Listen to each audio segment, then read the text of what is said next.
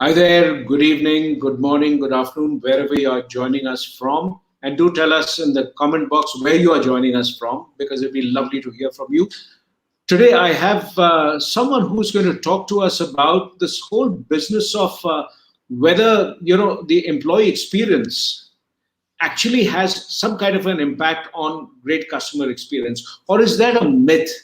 Do we really know that such a thing exists? And to do that, I have with me someone who, for me, is a terrific marathon runner and a marathon enthusiast. And we are going to sort of pick his brains on what got him hooked onto that. But first, let's get started with my friend Brent Peterson. Brent, welcome to the show. How lovely to have you here. Where are you joining us from? I'm in Minneapolis, Minnesota right now, the warm sun belt of the north, and in the winter it can be minus 20 Celsius. So we get every end of the spectrum for weather. Minus 30 to plus 40 Celsius. You have the entire range. So yes. This is called great ROI of the thermometer, so that both ends are working well. We can literally walk on water in January. I know. It's a meter thick. Thank you so much for joining us, Brent. I sort of said that you are, you're into marathon running, but there's so much more to your work. What you've done with Magento and all of that. Tell us about, what is Magento, and explain to our viewers what that is for. Walk us through that. Yeah, so I'm a co-founder of a digital agency called Wagento. And as you can guess by the name, we derived our name from Magento. We simply turned the M upside down, and it turned into a W. I started that with a partner in 2010, and have been running that ever since. Recently have sold the company, and now I am the president of Wagento. My previous title was Chief Evangelist. So my passion has always been to tell people about Magento, tell people about what it can do for you as a merchant, and even what it can do for an agency and a developer. So that's what I talk about. My side passion has always been customer experience and how the customer sees a project as it goes from start to finish and their experience within that. And I think today what we're also going to touch on is how the employee really drives that experience. And without good employee experience, you will never have good customer experience. Okay, so we've it's quite interesting when I see all the people who've joined us from various places, from Baroda, Kashmir, Pune, Bangalore. So we've got a bunch of people from various parts of the country, and so I wanted to really get started on a common definition. When we say that it's a great experience, and I see so much of that word, it's a great experience. What does it really even mean? What does that mean, and why does it even matter? Yeah, so we've recently gone through some branding exercises, and in this branding exercise, the person has asked us to put some words against what would be the feeling of the company, and they put the word we're having a happy experience during the rollout of this software platform. And I think, well, how many people have a happy experience when they're implementing an e-commerce or an ERP system? Is that an experience that they will have? But is it something that's attainable, and should they have? And my answer is yes. And really, if you think about it, the customer is up against something that they're not familiar with. They're having somebody help them do something. And they are probably going to be frustrated in parts of that experience. However, the employee who is doing that thing many times, they know what they should be doing, and they know what is going to happen next. And the reason they're doing it, hopefully, is that they enjoy doing it, right? So the employee experience is always good, where that melds into the customer experience, which you would hope by transference or whatever the logic is, that moves into the customer and they also are happy in that experience. So when we say experience, we're talking about the what is the relative, what does the client feel about it? Like, it is going to be a subjective thing because everybody's experience is different. But the objective outcome of that would be they're satisfied with whatever's happening at that time, and then the outcome of what's happening. So, when you look at this phrase, a lot of times we hear this phrase when they say that people do not buy products or services, they buy an experience. Yeah. What are they really saying when they say that? What do they mean when they say they're buying an experience? Well, I'm going to just say first, nobody ever goes and buys Microsoft Office thinking I'm buying Microsoft Office because I want to experience making spreadsheets and putting numbers into cells, right? But the experience of doing it is what is the intangible thing that you never think about, and the customer. And that's also the reason why people continue to renew their license for that software. So I would argue that the intangible part of experience and what a lot of companies overlook is how important that experience is while the customer is going through it. Especially so our industry, our typical install would take 3 months, or the installation of the product or the development of the product would say take 3 months. That 3 months is the time that we have to really make that experience a great experience. And the client doesn't know that they are going to get a great experience. And if you don't deliver a great experience, they are going to come out of it, even if it really went well, they are going to come out of it thinking, oh, this wasn't great. I didn't really like this, and I'm going to try something else. So is it fair to say that, when you are talking about experience, we are necessarily talking about the feeling that gets generated in me while I'm using that product or service or whatever it is? So back to the Microsoft example that you gave, or any software as I'm using it, what happens is when I'm using it, and the thing hangs, or, it's slow and it sort of does all that, it's a bad experience because it frustrates me. So when we say bad experience, we are really talking about the bad feeling. So I'm annoyed, I'm angry, I'm frustrated. That's a bad experience. A terrific experience is that it's seamless, it's intuitive, it's all of that. Could one summarize that as the end goal of great experience, or is there some other way that you define it? I mean, what would you talk about? Yeah, that brings up an interesting point, because if everything went absolutely perfect and the customer never had to deal with anybody, and suddenly they have whatever their website is at the end and it's perfect, right? They never had to touch anything. They haven't had any experience. So there has to be something in there that helps to drive that experience. And it has to be interaction from the staff. The staff have to be there to ask questions, to get feedback, to consistently communicate. And our argument is always, let's over communicate with the client. Let's make sure that every single touch point is met. And let's ask the client at many points, are you happy with what's happening right now? And are your expectations being met? When you think about,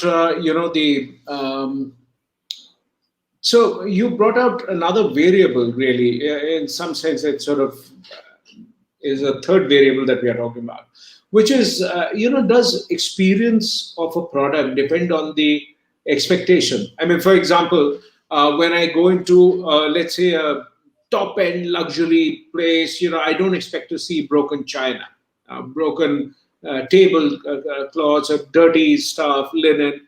I don't expect it. So when the moment is price, something that tells us that you are likely to have a good experience. So is price a signaling device, or is it the other way around, that when you have a great experience, you can charge a premium? How does it Yeah, work? Which of them best? that is a great point. I think that price creates expectations, and I would argue that the lower price doesn't always change the expectation.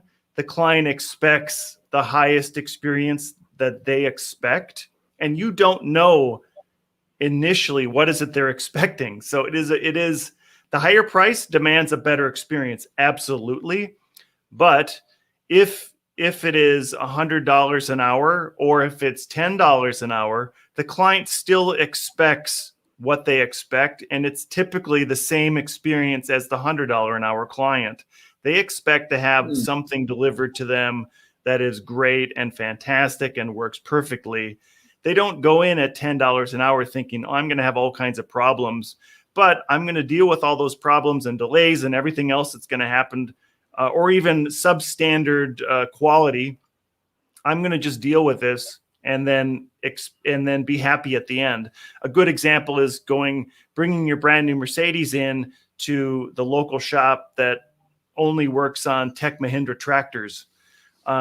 You are not going to get that same experience. They may not have the same tools and technology they need to fix it, but they may be really, really cheap, and it may sit there for 30 days to get fixed.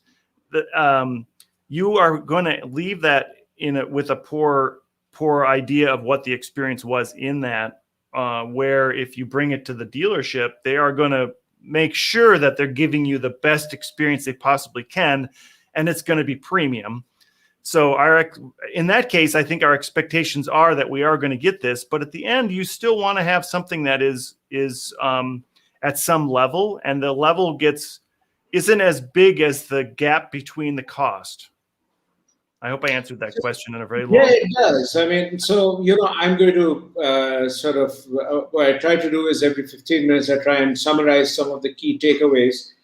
So one of the things that I sort of learned from the last 15 minutes of the conversation, and by the way, those of us who have joined a little late, I'm talking to Brent Peterson, who's really talking about whether employee experiences actually have a final impact on the great customer experiences, and how does that really play out. So we started off by saying that experience is something that the user feels, so, and it could be also dependent on the kind of expectation that they have, and price always does not have the same kind of an expectation setting. So if you pay a very steep price, you are paying a premium. Of course, you want great service or product, but if you're paying very low price, even then there is a certain expectation that you cannot get away from.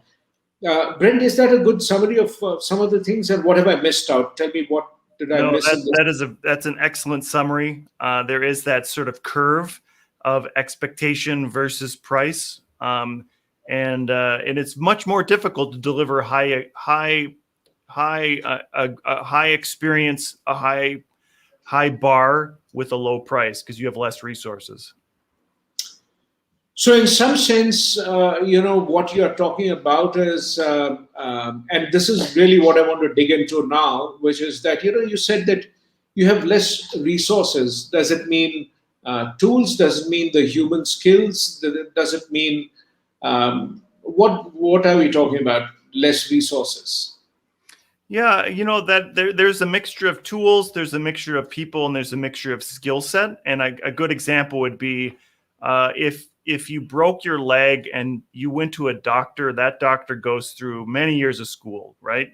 They have a lot of experience in fixing that leg. And if you need a specialist, they have even more experience. So they maybe have 12 or 15 years at least working on people's legs. The other option would be to go to your local barber shop, and he just happens to know how to fix legs, right? But maybe he's done it for 2 years and he's got some remedy that works.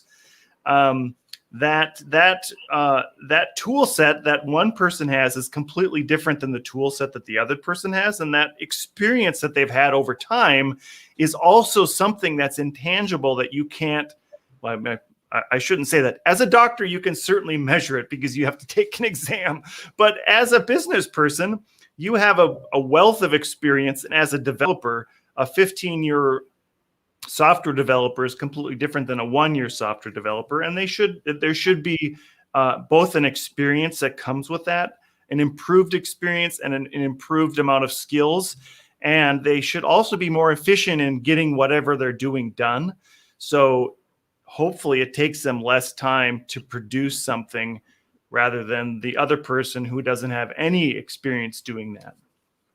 And is that related to the number of specialists you have in the organization? So the question, since you did talk about a doctor with 15 years of experience versus 2 years of experience, is it then fair to say that a company that provides better customer experience is likely to have more specialists and experts than, let us say, something that could be, something that could be working with lesser number of specialists or more generalists? Is that a fair assumption? Yeah, I mean that is a fantastic point, and I would directly correlate that to a size of an organization and the type of solutions that a client wants, compared to going to a single developer that can maybe do everything that you need, but maybe they're not as strong as you on UX, UI, or making designs or doing Photoshop, or even doing implementations onto a server. If you go to a company that has all those specialties and it has all those expertise, you know that when you want to make your brand, you want to make some kind of a brand image, they're going to go to their designer who's really good at that. And they're busy doing that because they have a lot of other customers that are also asking for a brand experience. And then when you want this Magento developers that's really good at Magento and they've been doing it for 10 years, this person is going to help you with that part of it. And then you need an architect that kind of oversees the whole thing, that helps to put this solution together. Those are so many different roles. And each of those people then can make sure that in their own individual role, they've become an expert in that role, and they can help you even more in that little vertical, that little piece of thing that you need as a client, rather than going with the generalist who's gone with a single developer to try to give them that solution. And I'm not saying that the single developer can't give them that solution, but they can't give it as well as this bigger team. So, one of the things, therefore, if you are looking at that focus, you're talking about, when we look at B2B experiences, is that a lot fuzzier to understand than, let's say, B2C experience? And the reason for that being, when you're looking at the experiences that we have as customers or consumers, B2C, this is a great product or a great service. I go to this restaurant, I like it. B2B is a lot more diffused. That it's hard to say that you had a great experience because somebody could be happy, somebody may not be that happy. Does it get more diffused when you're looking at B2B customer experiences? So now we're going to go into subjective opinions. I feel as though the experience, well, number one, they are different. They're not completely different, but the number of touch points on B2C is going to be much greater because inherently, if you're a busy client, if you're a busy B2C site, you could potentially have millions and millions and millions of customers.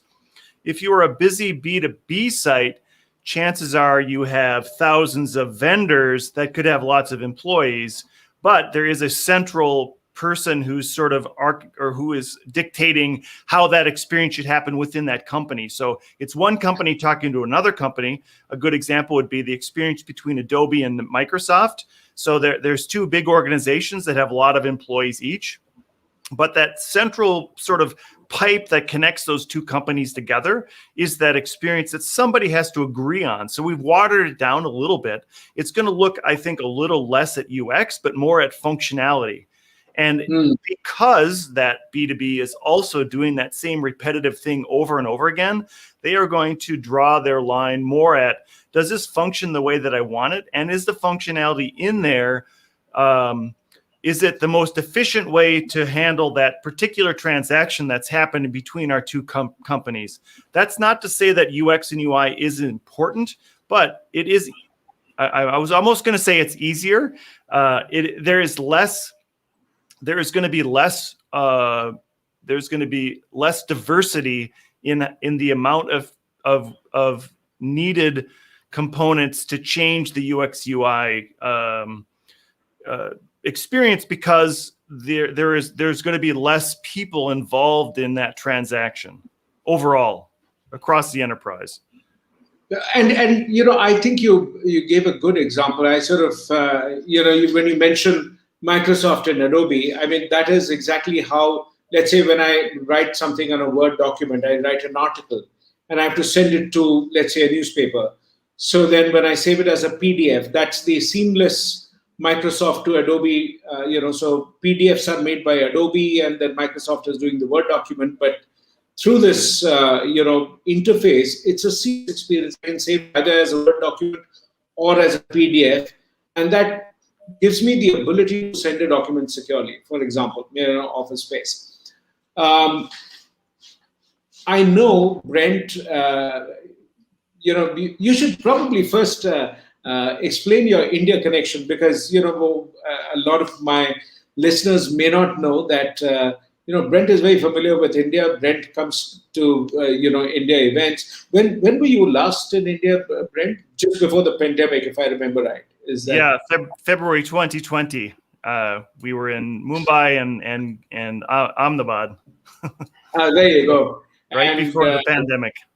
Just before the pandemic sort of closed all this stuff. And you've been coming to India, you've sort of looked at multiple things. It is in this context, with your familiarity or whatever is your view of India, I'm going to sort of ask this whole question that,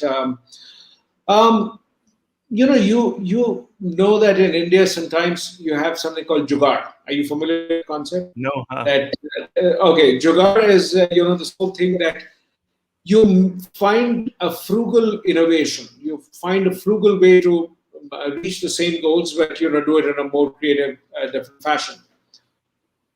My belief is that it may be a great idea that you piece together a little transistor. You get together some of the plates and you put it together, fix it together with rubber band, and it's working and the light glows. It's great when you're doing something in a home hobby kind of a situation, but when you're looking at creating something, it can be a great prototype. I mean, don't get me wrong. I think it's a fantastic way to build the first working prototype.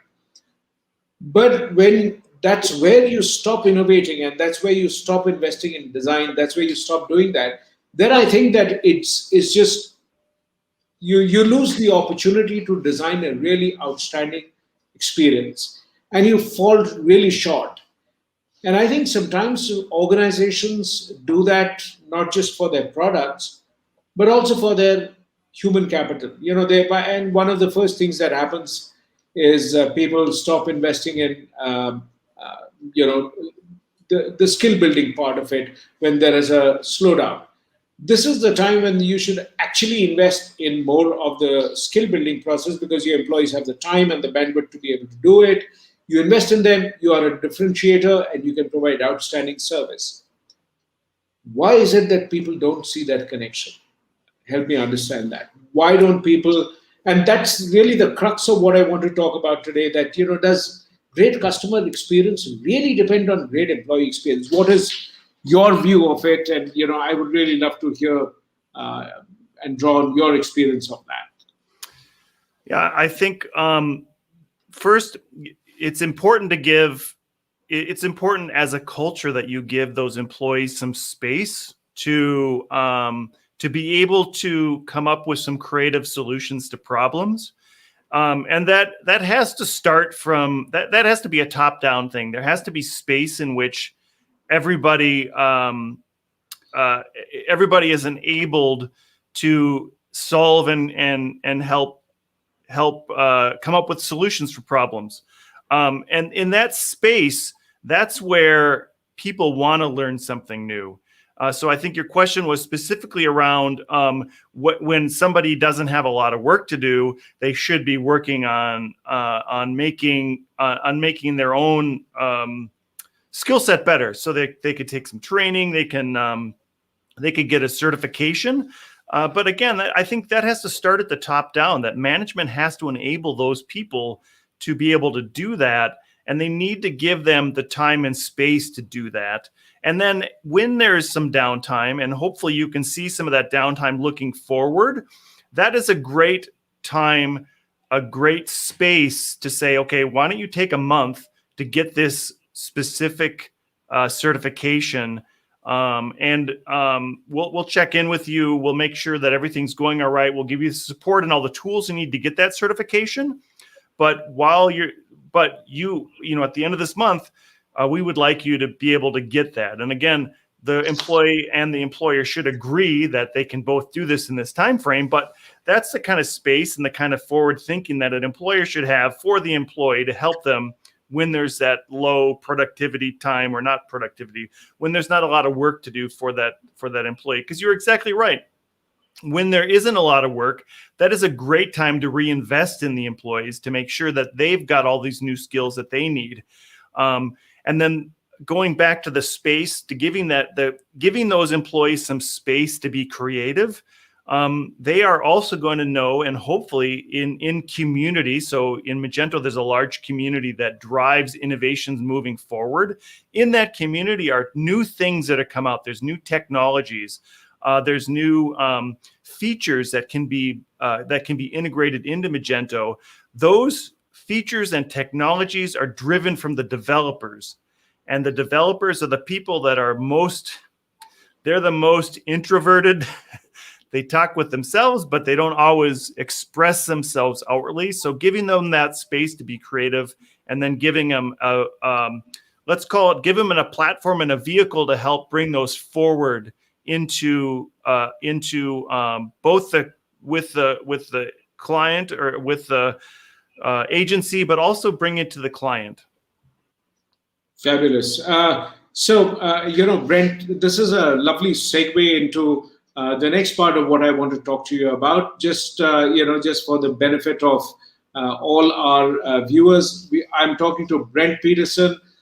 He's talking to us about this whole question that does great employee experience finally get reflected in great customer experience. And employee experience and customer experience are very clearly related. And we have so you've seen that I initially thought that a lot of our listeners are from India, but we have listeners from Saudi Arabia, Singapore, Japan. They've all joined us. So thank you very much for doing that. And all the listeners from all the different corners of India, I'm seeing all your places. Thanks a lot. If you have a question or a comment, do share that. I will bring it up on the screen so Brent can also see that, yes, this is a question you have. And, feel free to post tough questions to him. If it's an easy one, then I'll try and answer it. If it's a tough one, I'll pass it on to Brent. But having said that, I'm going to segue into a different element of, experience design. Would you say that an involved community is really the sign of great customer experience, or does great customer experience create a community of users? What has been your experience? Walk me through the whole process of building a community. How do you do that? I mean, you're very, very good at doing it, and which is one of the reasons I wanted to have you on the show, was to learn from you. How does one build a community of users, whether you're a community of employees, it can be a community of customers? What are some of the common features? How does one get started? Imagine that I've just launched a new product. What should I be doing to build a great community of employees or users? Are they different? If you can just walk me through step by step, what should I be doing? So I think to start with, there has to be some recognition from leadership that community matters. That is the number one most important step. If leadership is never on board with community will never happen. So I shouldn't say never, but it won't happen, and it won't be supported by leadership, and it won't get to the level that we would like to see it express itself, across meetups and events and get-togethers and all those things that happen in community that happen organically without leadership. So community, I think, first starts as a grassroots, but it's supported by leadership. So, an example was that Yoav, Roy, and Bob were some of the founders of Magento, recognized early on, way back in 2008, 2009, that there was this community of people that were very entranced and enthralled and excited about this new software called Magento. And they enabled us as community members to participate in the community. So they gave us a platform, they gave us tools, they gave us a voice. I think the biggest thing is giving them a voice. So, with Adobe, we have this Adobe Insider program. So we have a voice in the Adobe community now to sort of shout out. Not everybody's going to want that voice, but that voice is there for those who want it. There's an ambassador program as well with Adobe that helps give voices to people who want to engage in the community. But without all those initiatives from the top, the bottom's never going to get pulled up. There's always going to be a community of people that engage and are excited about something. There's probably a community of people who love some particular car or some particular shoe or whatever. There's a community, but it's never going to get past a local meetup or some small thing. It's not going to happen until you have leadership embrace it and the community come together and that they participate together in this community. And with that, that's where sort of this magic happens. Like we put a little bit of this stuff in there, we get some soda and we get some masala spices and we put it into a bottle and suddenly you have spicy, you have a spicy soda drink, which spicy thumbs up. Yeah, exactly. Spicy thumbs up. Without those two magic ingredients, it's never going to happen. It would be, yeah. So I think you have to have some investment from both sides. The leadership investment only has to be to give them space and a vehicle, and there can be leadership from the organization. There can't be overhanded leadership. I think the problem in community is when leadership decides this is the way I want the community to go. And we're not going to stand for any dissent in this community. The community is saying they don't like something. The leadership needs to hear that. And that's how a real big change happens. Beautiful. And I also think that, when you, I've seen that very often with learning communities. I've seen that when people learn something, they want to share it with somebody else, so which is how you notice that when people have figured out how to, say, play the guitar, then they will want to create a community of learners and they say, well, let me break it down. Here is how you play the first chord. Here is how it moves. So I always also think that wanting to teach somebody else and bring them on board is the sign of a great healthy community, that you kind of want to say that, okay, I've been here, and I see this in sort of all kinds of settings. I recently shifted home and then moved into a new community. One of the ways that I felt very welcome is a set of people got together and they sort of helped out in multiple ways. The neighbors did some stuff, and you feel welcome and you also feel onboarded. They said, okay, if you have a problem with this, let me know. I'll pitch in. But so I think those are some of the signs of a very healthy community.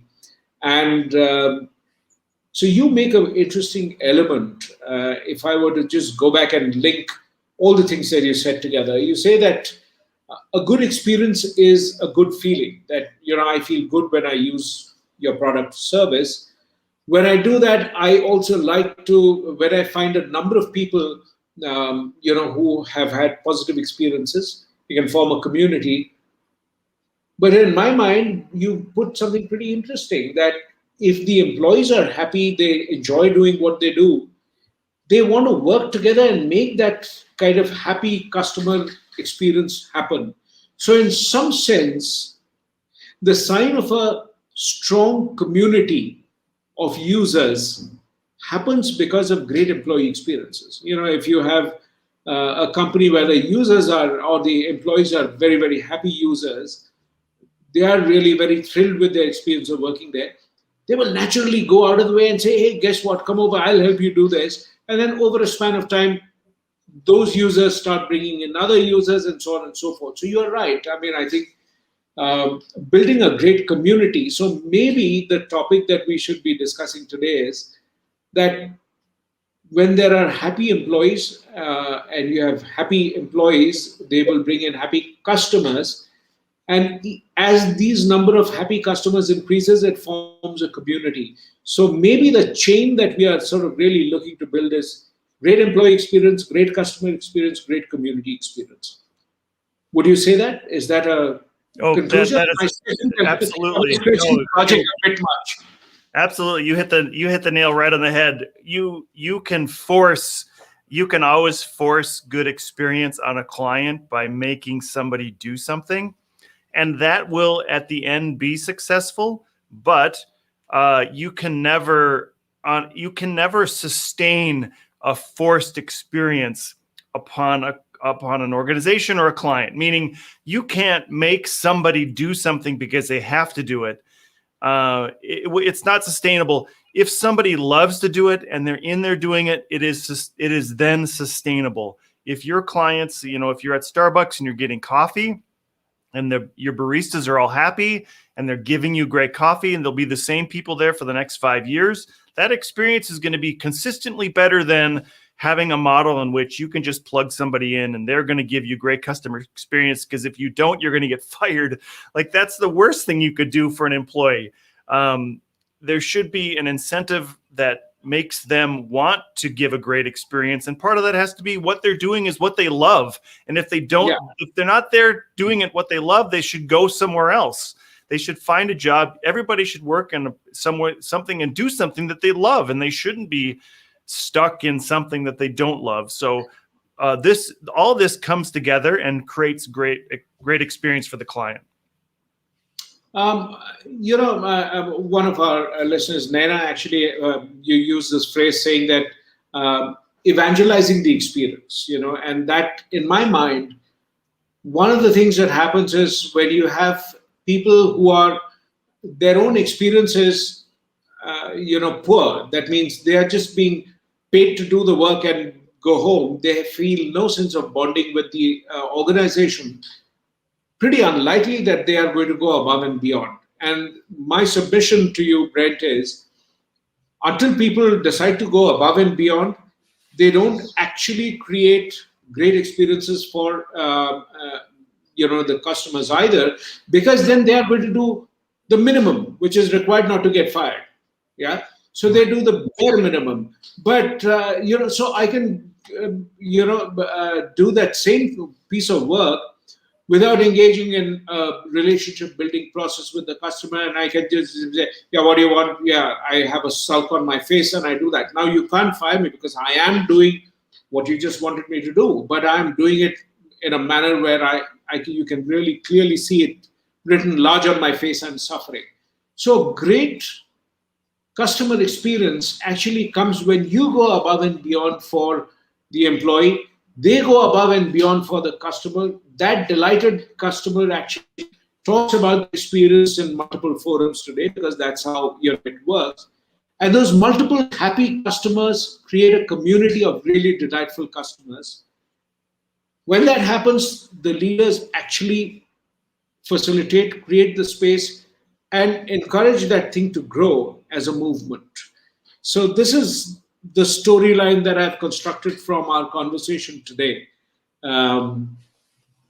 Make sense? Yeah, no, and I think there is a piece in there that is the motivation.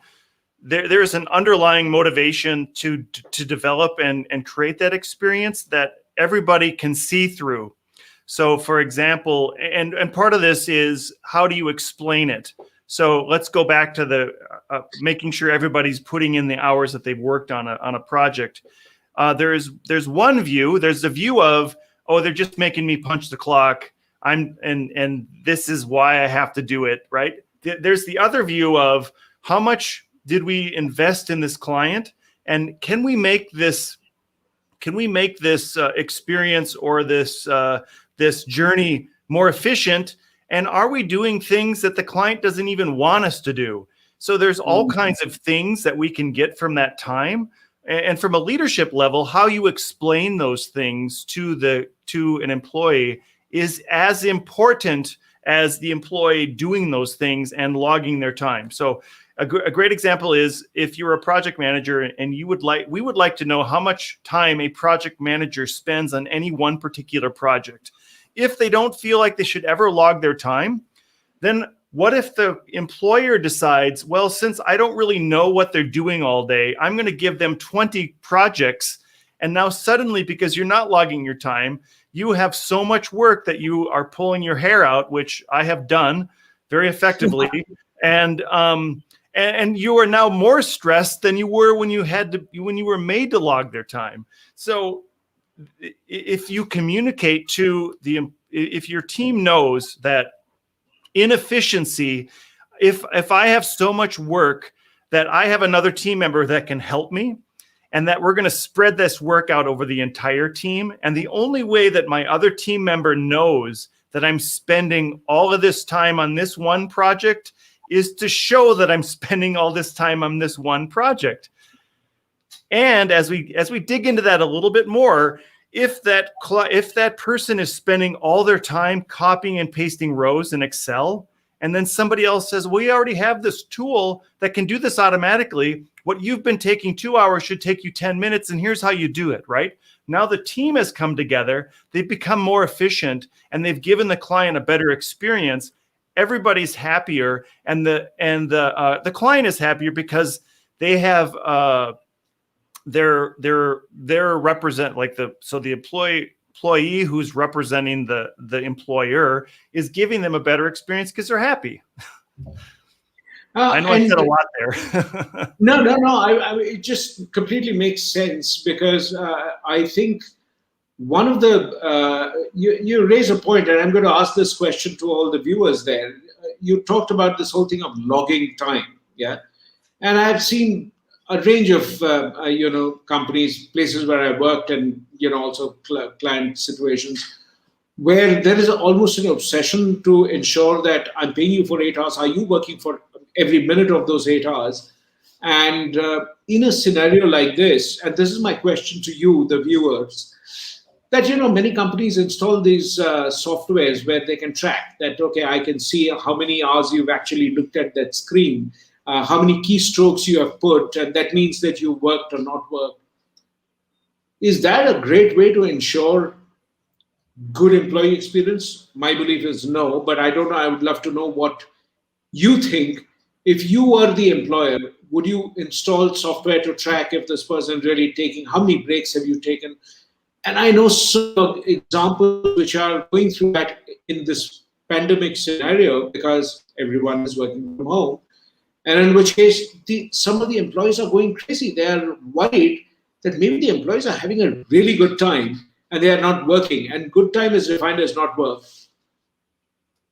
My belief is this is going to lead to an overall decline in the customer experience because eventually it shows up there because that is the final truth. I would sort of really, and we have some of the, people responding already to that. But I think building trust in the employees is step one. Therefore, you design great experiences for the employees, which results in that, so I think the sequence, if I were to now reconstruct it, I would start with step one, which is what is the mindset with which you view your employees? Do you really care about the employees? Do you care whether they are happy? Are they, comfortable? Are they trained well? Are they being prepared for the future? Because I see a number of companies, and you read about it every day, that many a times they just simply, they've used the employee for as long as they had the skill, and then they get rid of that employee. So is that process, if you don't build continuity in the employees, does it impact customer experience? Yeah, I mean, I think the answer is absolutely. That is the driver of customer experience, and we've already, I think, established that having happy employees creates happy customers, and it should be as simple as that. But I know there's a lot of avenues to get there, and I think we've established that the motivation of why you want to get there is very important, and the communication that you have with your employees is as or more important than the communication you're having with your clients. So I'm a big proponent of report writing. I know that our project management team used to hate the fact that I wanted to report every week or whatever, every so often to say, here's where we're at, here's what we're doing. So that same diligence should go from leadership to employees. That expectation that we have for an employee is similar to the expectation that the client has for us. And those expectations have to be communicated. And the shorter you can make those communication gaps, the shorter amount of time that our expectations can veer off in vastly different directions, the better you are going to have, the better experience you're going to have as an employee. So a good example would be an employer would say, I want to get this done in 3 months, and he just gives it to the employee, and the employee goes ahead and does it. And at the end of 3 months, the employer doesn't get anything he wanted. He was expecting something. He never checked in to make sure that that they were on track and they were on this journey together. And now the employer's happy. The employee who thought this is exactly what the employer wanted is unhappy because they've let them down, and now they're getting yelled at. So all those things that could be solved by frequent communications are exactly the same things that happen on the client side that are also solved by frequent communications. Fabulous. Yeah. So that sort of keeps the flow from employee to employer to community to customer, community, and flows back into the employee. So I think that's a great sequence. Brent, I'm going to talk to you about something completely different now, which is your passion for running. I wanted to know, you run the marathon. Is that right? Yes. So, which is how many kilometers? Help me. I'm uneducated in every sport. I know very little about it. Yeah, it's 42,199. Sorry? 42,199 kilometers. You've run so much? That's each marathon is 42,000 or 42K. 42 kilometers. Right. And if wow, that's a lot. That's a lot. I just, sort of thought about it. How long does it take you to run 42 kilometers? Between 3.5 and 4.5 hours on a good day. When did you last run the marathon? November. I did one, an organized one. And so is it possible for somebody to start becoming a marathon runner at any stage of their life? Do you have to be 19 years old to get started? When did you get started? I started when I was 40, so a little more than 10 years ago. And I think a lot of runners start in middle life. I know that I'm part of a running community in Ahmedabad, and a lot of those runners are professionals, and they've learned that as being a professional, they sit in their chair a lot, and they've suddenly maybe put on some little extra kilos around their waist. And we know in Gujarat, they like to eat a lot of sugar, so that helps to put on some extra kilos. And running helps. It not only helps your physical body, but it helps your mental body. So I'm a firm believer in changing lives through running, and I'm involved in charities that help do that help to change a mindset, and both physical and mental, through just the simple act of running. And if you talk about the marathon, my experience in the marathon is that we typically take 16 weeks to train for this. So now we have 16 weeks of journeys that we're taking every weekend, and I would do it with a group of people, and it can be anywhere from 2 to 4 hours of just talking with these people. And in that journey, you are learning things, you're experiencing things, you're seeing things. So I've had a lot of great experiences just running in cities. So in Mumbai or Ahmedabad or Berlin or wherever it is in the world that I've taken this journey of hours of running in around and seeing things. There's so many parts of that are good for your mental health and your physical health that I can't stop talking about it. The physical health part of it is, relatively easier to understand. Walk me through, how running, whether a marathon or maybe even shorter distance, how does it impact your mental health? Talk to me about that. Yeah, there is definitely some stress relief in both work. Well, so if you're on your own, there's some stress relief in just doing something physical. And then if you do that something physical for a long amount of time, your brain has to do something. So either you're running and talking to somebody, or you're running and you're processing information in your head to work that out. There is also a part of it that is meditative. So I have friends in India that in this pandemic that they've run a marathon in their apartment, or they've run 7 hours in circles, inside their apartment. And in that is training to maybe work within yourself to find something in yourself that is a challenge. And in the marathon, there's always a point in which you say to yourself, I hate this. I'll never do this again. I'm not going to run anymore. I'm going to walk for the rest of the time. And I absolutely don't care. When you start, you're like, I'm going to finish this thing in 4 hours and it's going to be the greatest thing of your life. And then suddenly at 20 miles, everything is crashed down around you and you hate everything. And all you want to do is walk and absolutely nothing else happens. Now, if you can work on your mentalness, your mental strength to get past that, because it is mental. In the marathon, in training, I always say it's 90% mental and the other 15% is in your head.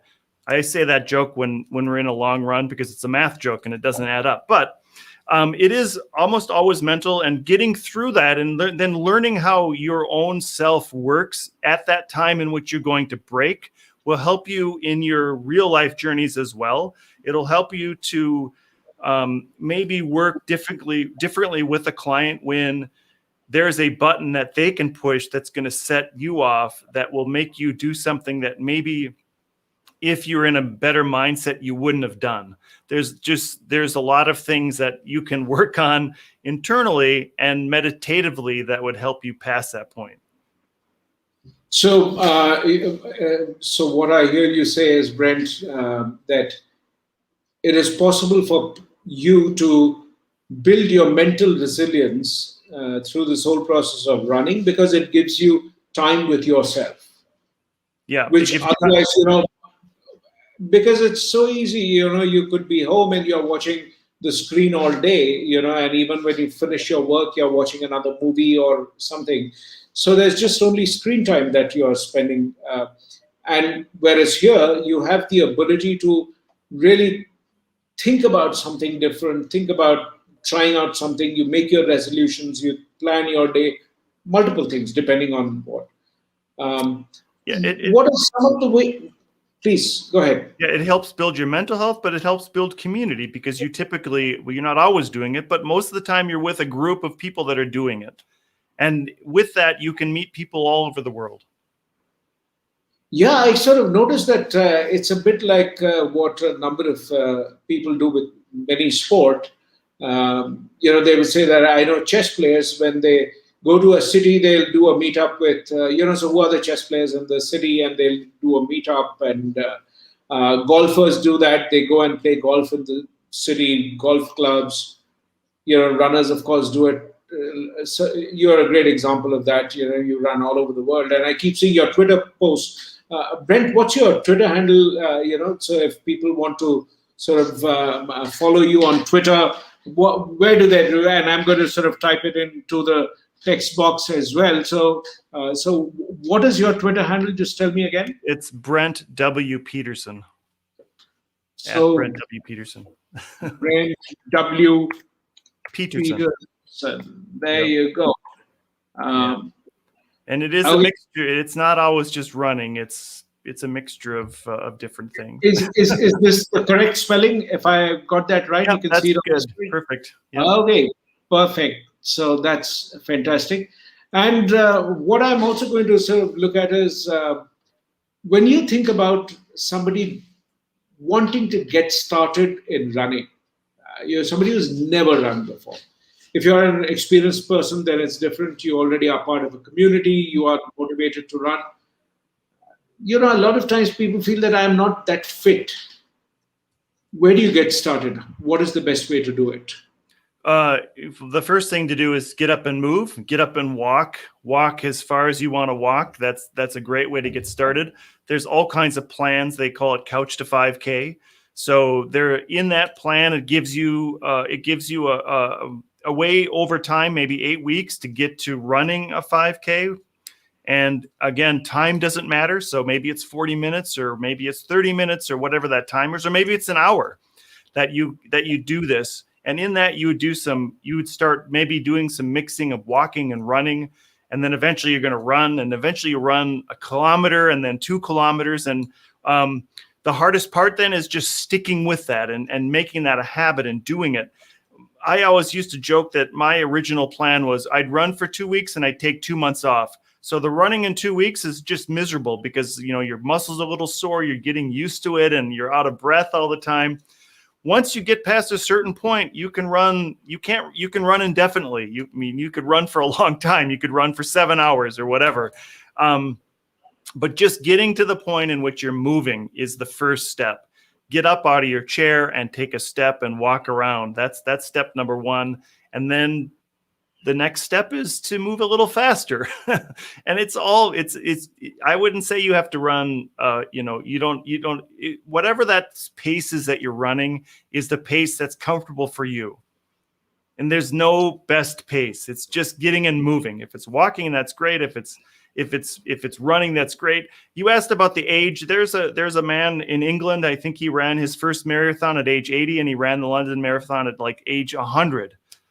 So, oh my God. Wow. Yeah, it's never too late. Oh, that's super inspiring. What has been your most unique, incredible, memorable experience, as a runner? Talk to me about the most unusual experience you've had, the most unusual place you've run, whatever it is. Yeah, so I've run in places like Bolivia, but I think this last year my experience in landing in India. So I learned at the airport in New York that I needed to have 3 open spaces in my passport, and they weren't going to let me onto the plane. So I had to go to the passport office overnight, and I was 1 day delayed in getting to India, which meant that I landed at 10:30 at night, and the marathon started at 5 a.m. in Mumbai. So I arranged with my friends to get my number, and then amongst 20,000 people, we found each other using WhatsApp, and I got my number. And so basically I landed at 10:30, we got through customs, and I got to my hotel at 12:30, and I woke up at 3, and I got a taxi to the start line, and I did my race. And I was completely exhausted, but the people that I met, and after all the different things that happened, I met a very nice gentleman from Delhi who was in the army, and he had 1 leg, and he'd been running marathons and doing marathons for charity, through, having a handicap to show people that he could run marathons. You meet these people and you do these things, and you have these fantastic experiences. That's just one of them. I can just say that there's dozens of others, but recently that's one of my most memorable. Thank you. And we are coming up to the hour. I just want to say thank you ever so much, Brent, for a fascinating conversation.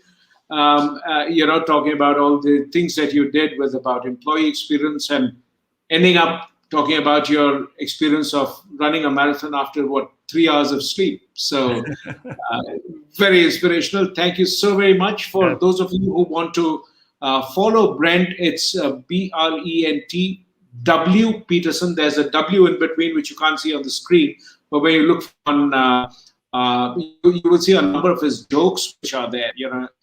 Brent puts a number of jokes there. You can see one of them that he's retweeted this morning, which I thought was hilarious. I like that. So I'm going to request you to go and find out. But all in all, thanks a million for being there. And thank every one of you for joining me out here, and see you next week. Don't miss it. We've got a great entrepreneur who's going to come up. Watch out for that announcement. And I'm going to see you next week. Thanks a lot for being here. Goodbye. Good night. Have a nice rest of the day wherever you are. Dhanyavad. Dhanyavad.